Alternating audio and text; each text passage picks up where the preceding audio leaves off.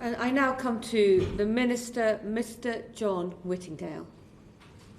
Thank you, Ms Garney, and it's a pleasure to serve under your chairmanship. Can I begin by congratulating my honourable friend, the member for Folkestone and Hythe, on obtaining this debate and also for the work that he is doing to promote media freedom. I'm particularly grateful to him for taking over as chair of the All-Party Media Freedom Group, which I chaired until February of last year. A lot of this debate has obviously focused on some dreadful abuses of media freedom in different countries around the world, and to some extent you might have expected a response from a minister in the Foreign Office.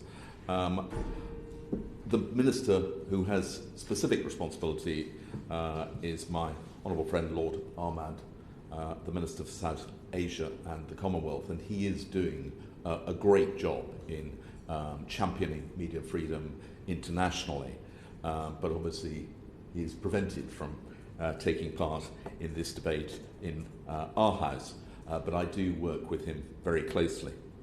It is encouraging that there has been widespread recognition across the Chamber that media freedom is a crucial component of an open and democratic society. We may not always like or agree with what is written about us in the press, but the role of a free media in holding government to account, in exposing corruption or malpractice, and in providing trusted, reliable information and reporting has never been more important. But it is the case that media freedom is also under increasing threat across the world. A number of contributors to the debate have pointed to the figures that 50 journalists were killed last year while doing their job. According to RSF, who do a terrific job in monitoring this and campaigning, already this year 13 more journalists or media assistants have been killed, and there are currently 439 in prison.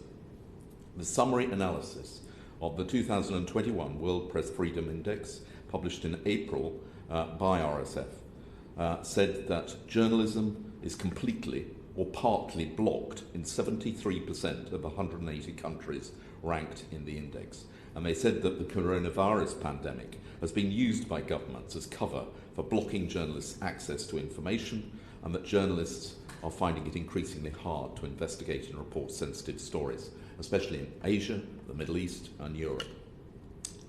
I join a number of those who have contributed in paying tribute to the courage of journalists working in some of the most difficult, dangerous and challenging parts of the world.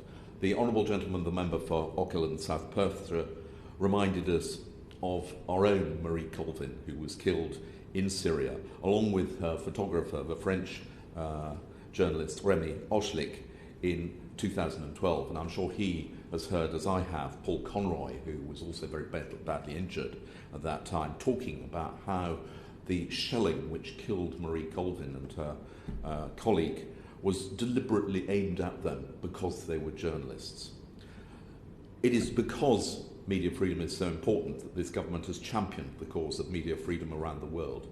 As has been referred to, in July 2019, the UK hosted the Global Conference on Media Freedom, which led to the establishment of the Media Freedom Coalition of like-minded countries who pledged to collaborate to improve the media freedom environment across the world, and the UK continues to co-chair the coalition. It is still a relatively young body, but it is growing, and we currently have 47 members. And this year the coalition has already issued statements about China, about Belarus and Myanmar, as well as a statement marking World Press Freedom Day. And we are working on giving the coalition more impact on the ground by encouraging local coalition collaboration in countries who are better able to engage and lobby directly with governments. A number of countries have been mentioned, as I said, but I think it is important perhaps to speak about the most recent appalling example of the dangerous threats faced by journalists, and that, of course, is the illegal detention and the hijacking of the aeroplane and then the detention of Roman Protasevich in Belarus. In 2018, I led an IPU delegation to Belarus, there was no question then that this was not a country which was democratic or free, and that journalism was under terrific pressure. We met with the independent journalists operating there, and it is the case that Belarus has been assessed by Reporters Without Borders as the most dangerous country in Europe for media actors. I'm very pleased that the government is supporting independent media organisations in that country, and we have already committed £2.7 million of support to independent media in Belarus.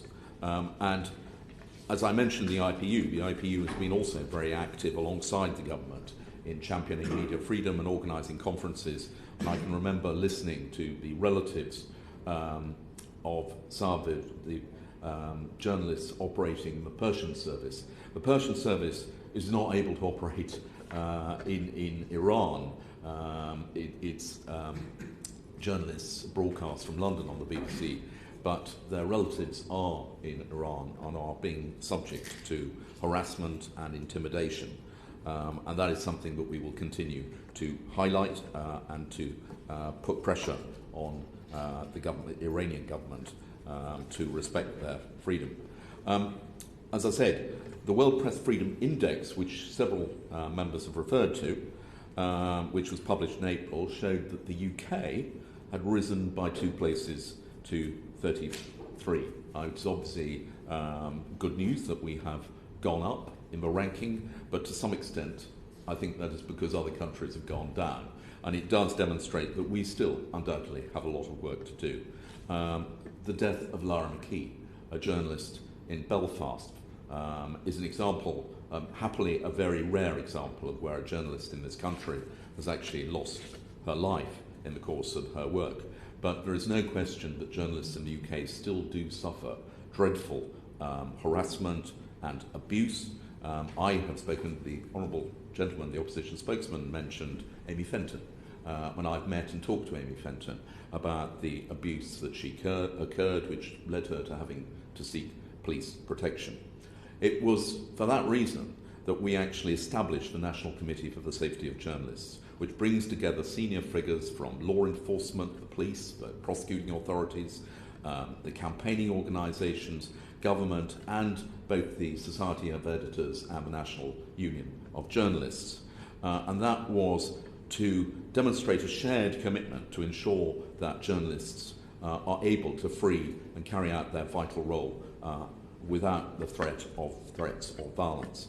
And we have now published the first ever National Action Plan for the Safety of Journalists in this country, which sets out the actions that all the partners will take to protect journalists, and that includes having a dedicated officer in every police force to which journalists can make complaints or contact in the event of abuse against them. Police are going to be trained, particularly about the importance of safeguarding journalists. Employers are going to provide extra training.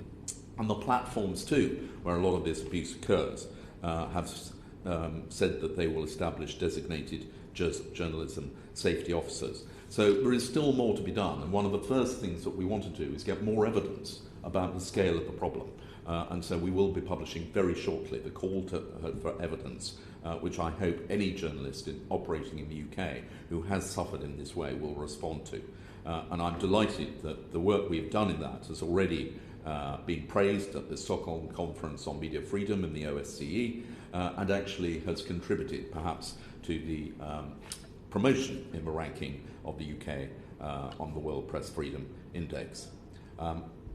The UK is also, and this is in response to my honourable friend, the member for North Thanet, I can confirm the UK is using our presidency of the G7 to highlight the importance of media freedom. And we will be asking G7 members to reconfirm their commitment to defend media freedom and to provide practical, technical and programmatic support to journalists and media, including through the Global Media Defence Fund. That fund was set up with the help of the UK and UNESCO, who now currently manage it, and we continue to support it. In 2019, the Foreign, Commonwealth and Development Office pledged £3 million to the fund over the next 5 years, and we are delivering on that commitment. And to date, the fund has supported a variety of activities, such as pursuing strategic litigation with the goal of challenging laws and regulations that infringe on media freedom in Zanzibar, and investigative journalism focused on cases of threatened, prosecuted, imprisoned, attacked, or assassinated journalists in the Philippines. And I'd also like to thank the high-level legal panel of experts for their contribution to international efforts to promote media freedom. So we are now working through all of the recommendations of their report with a view to responding.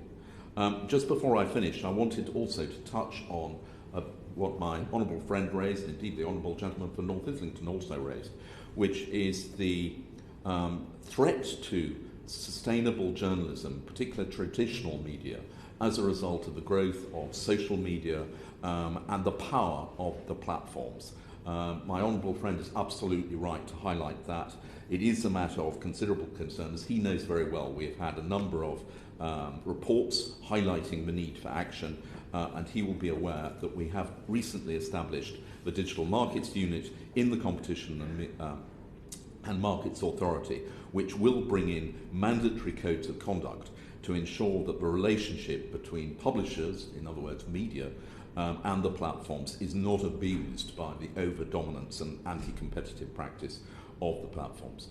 Ms. Garney, there is still a lot of work to do, but I am determined that this country should address the concerns that have been rightly expressed about what happens in the UK, but also that we should continue to champion media freedom wherever it is under threat across the world. And I'm grateful to my honourable friend for giving us the opportunity to show that this House is united in that ambition.